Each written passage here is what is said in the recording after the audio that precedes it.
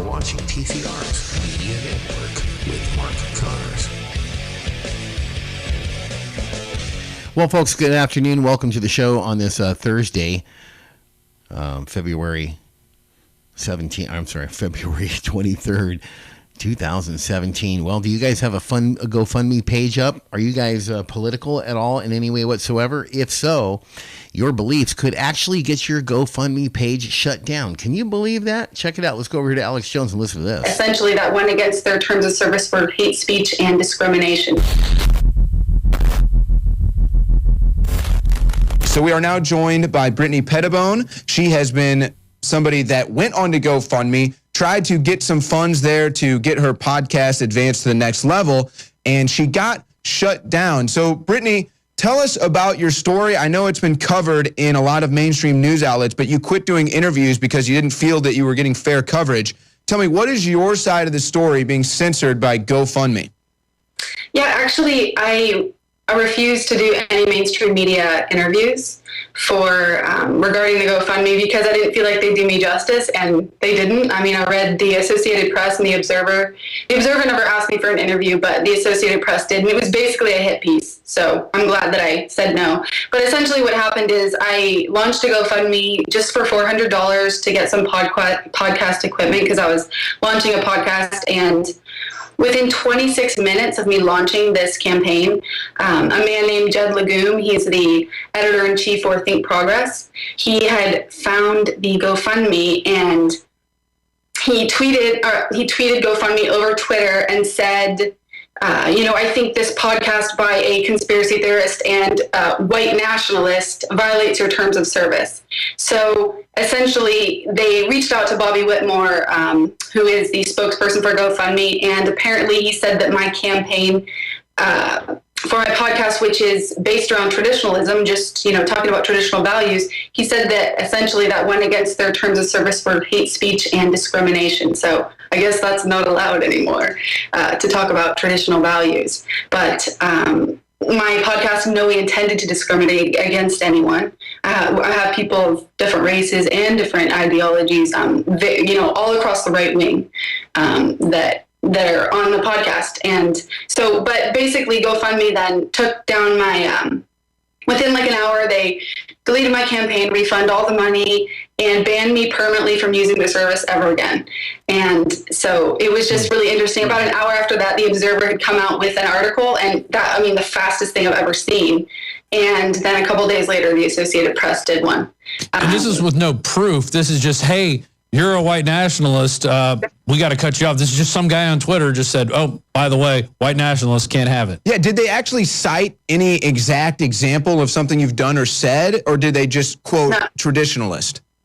No, they called me alt-right because I've appeared on a few alt-right podcasts and stuff, but that's the equivalent of saying if I ever go on CNN, then I support Hillary. You know what I mean? Just because I go on someone's podcast doesn't mean that I necessarily agree with all of their views. In the same way that anytime I invite someone onto my podcast, I don't necessarily agree with all of their views. So they call me alt-right, and they call me white nationalist. I have no idea why. I've been called a Nazi as well. Oh, you know why? It's because you support Trump.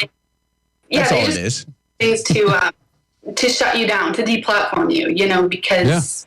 Yeah.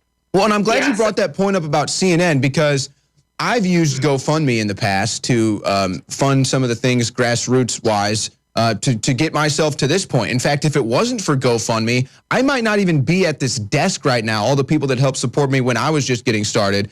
And it's also funny because, GoFundMe takes about 10 to 15% of every dollar raised, so they're cutting their own funding there too. But moving one step further, and I don't know if you did any research into this, but just from my time looking at GoFundMe, there's all kinds of campaigns out there. Anything. You can find almost anything that you want to fund on GoFundMe. Some of the craziest, wildest, wackiest stuff you can find out there. But specifically, I think the Cat Cafe lady did a GoFundMe. Cat Cafe lady might have been on there, but there's a lot of movements on there that come from the left as well, that are totally political movements, completely politicized, but they're just on the left. I'm just curious, have you done any research into that, or have you heard of anyone else being censored as you were? I know that another person I know that was having trouble was David Seaman, former journalist for Huffington Post. I don't think on GoFundMe, but PayPal kept freezing his money and wouldn't until he would call them and make them release it. And then, but I'm not aware of other people being Now, was banned. he getting donations from PayPal, or why did PayPal get involved? Because he has been researching Pizzagate, which they don't like. Yes, but I'm just curious because PayPal is just a third-party service that you can use for purchasing something from anywhere, essentially. eBay, Amazon, television subscriptions, anything. I'm curious, was he getting funding? Were people donating to his PayPal account? Because that is one way you can get funding, is people to donate to PayPal. Was that going on? Is that why I got cut off? Or did PayPal just followed him and said, hey, this guy uses our service, let's end that? Oh, no, I believe people were donating to him. Okay. And so they freeze the funds a couple times. And, yeah, I mean, they say that according to their terms of service, I know on GoFundMe, they can ban you for any reason. You know, it's very subjective. Like, I declare this hate speech or this is discrimination, whereas something that we would regard as discrimination, they would let fly because they don't. So it's just all very subjective. But I felt that I was deliberately targeted with this because of my political views. Yeah, it wasn't, it was deliberate. It felt, very personal. So I was shocked. I'd never heard of this man before, Jed Legume. Someone actually brought it to my attention, the tweet, and I was like, oh my gosh, who is this creepy guy?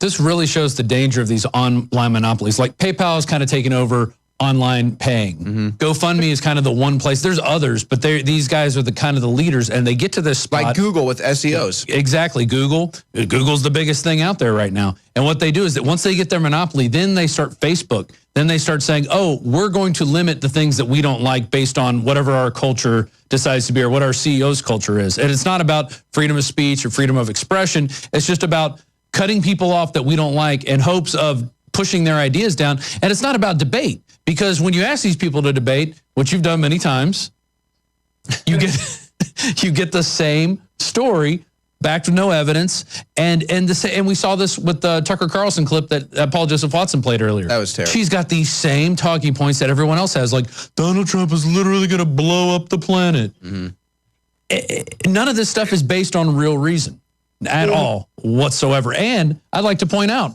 Donald Trump was talking about what's going on in Sweden. 2 days after he says it, they have riots. Now there's a chemical attack at a train station. A man discharges noxious chemicals into a subway car. Okay, it's like he's from the future, or he can predict the future, and people like Chris Cuomo can't take it.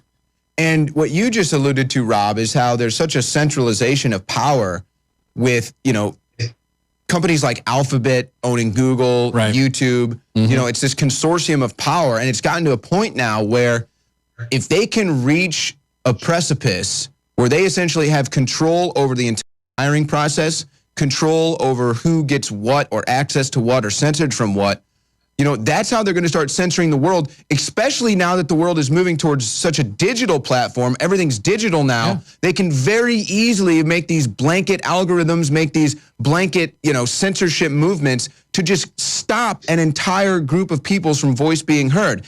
And I think that that's what's going on here, Brittany, because we're getting censored essentially by AdRoll, Google. They want to stop our message. They want to stop this. Now you're being censored by GoFundMe. So it's like the same kind of dynamic here, all working together.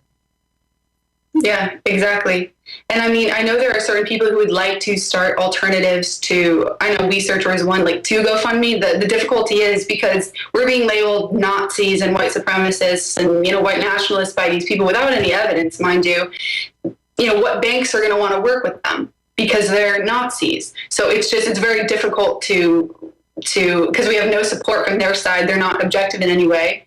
And so we have to build our own, but that's going to take a long time. So well, I know that you've gotten obviously very popular on Twitter over this campaign cycle. I think you've got over 50,000 Twitter followers now. So I don't think they're going to completely stop you. They may have stymied you for the moment, but just curious, what are your plans for the future as far as getting your podcast going, just so people can know?